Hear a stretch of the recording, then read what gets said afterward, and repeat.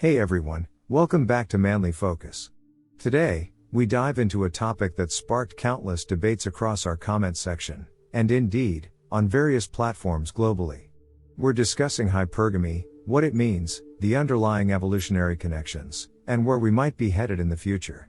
Whether you've heard of it or are new to the term, stick around. This one promises to be both intriguing and enlightening. Let's jump right in. In our quest to comprehend the evolving dynamics of modern relationships, one term, hypergamy, is making frequent appearances in discussions. But what is hypergamy? It refers to the act or practice of courting or marrying someone of a higher socioeconomic or social class. In simple terms, it's the concept of dating up, especially pertinent for women. When you venture out on the streets to interview women, you will likely find that a significant number prefer partners who earn at least as much as they do, if not more. This isn't just anecdotal, it's evident when watching platforms like The Kevin Samuels Show, The Fresh and Fit podcast, or any such platform where women candidly discuss their preferences. But does this paint the whole picture? Not really. It's crucial to remember that not every woman holds these beliefs, and making sweeping generalizations might be misleading. There are women who may not prioritize a lavish lifestyle and are more inclined towards traditional values. Yet, even among them, a certain affinity for financial security remains. Two articles, one from Women's Health and another from Men's Health, shed some light on this phenomenon. The articles highlighted the general sentiment and showcased some differences in perceptions between men and women regarding hypergamy. The bone of contention with many men is that women often seek partners with more wealth or a higher social status than themselves. Labeling these women as gold diggers or materialistic has become commonplace. Yet, what's intriguing is that this tendency isn't confined to women from a particular economic bracket. In fact, women from every socioeconomic stratum, even those with substantial incomes, often gravitate towards men who earn more. This preference doesn't necessarily stem from a malicious intent to exploit a man's resources. It might have more to do with an ingrained desire for safety and security. As women progressively break glass ceilings in the workforce, out-earning many of their male counterparts, this dynamic becomes even more interesting. A captivating statistic from the University of British Columbia highlighted that even when women secure more university degrees than men, they still overwhelmingly, 93%, prefer marrying men with higher incomes.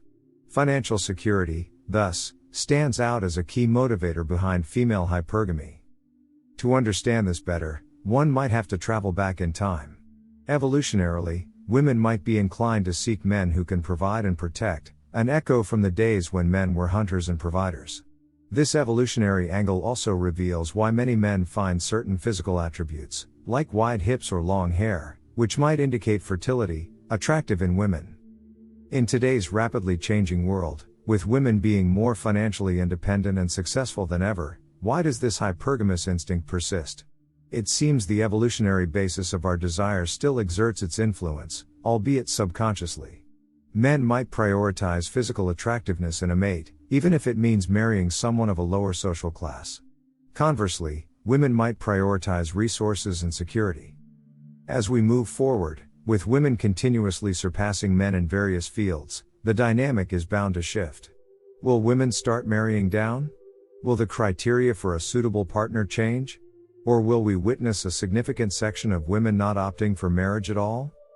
The present scenario suggests a growing trend, a large pool of women competing for a small top percentage of eligible men. This imbalance might lead to dissatisfaction and a perception that good men are scarce. Hypergamy, for all its criticisms, seems to be hardwired, to some extent, into our evolutionary psychology. But like all traits, it exists on a spectrum. Some women prioritize it heavily, while others don't. The same goes for men and their preferences.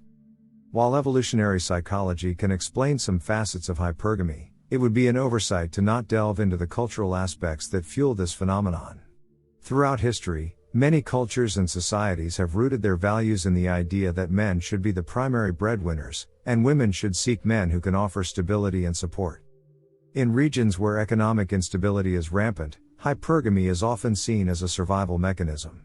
For many women in such environments, choosing a partner isn't merely about personal preferences but a conscious decision for future safety and the well-being of their offspring.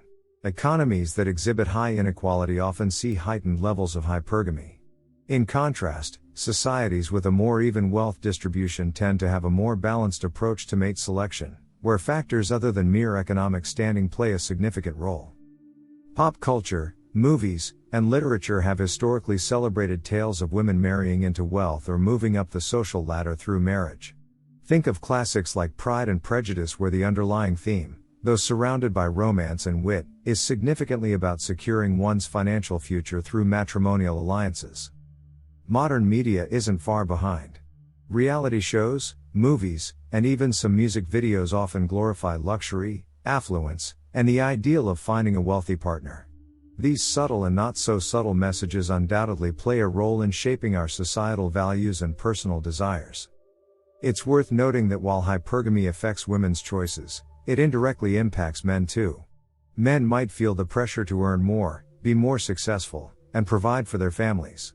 This can lead to feelings of inadequacy in those who cannot align with society's set benchmarks. The resultant stress and mental health implications can be severe. With the rise of gender equality movements, changing societal structures, and the blurring of traditional gender roles, the dynamics of relationships are ever evolving. The essence of hypergamy, while rooted in our evolutionary past, will continue to morph as society progresses. While we acknowledge that hypergamy exists, it's crucial to understand it's just one aspect of the complex human mating puzzle. As societal dynamics shift, so will our perceptions and expectations from relationships. And that, my friends, was a deep dive into the world of hypergamy. Like most topics, it's multifaceted, influenced by both nature and nurture. We're eager to hear your thoughts on today's discussion. Do you see this trend evolving? What are your experiences? Drop your thoughts in the comments below. Remember to like, share, and subscribe for more such content. Until next time, stay focused, stay informed, and keep the conversation going. Cheers.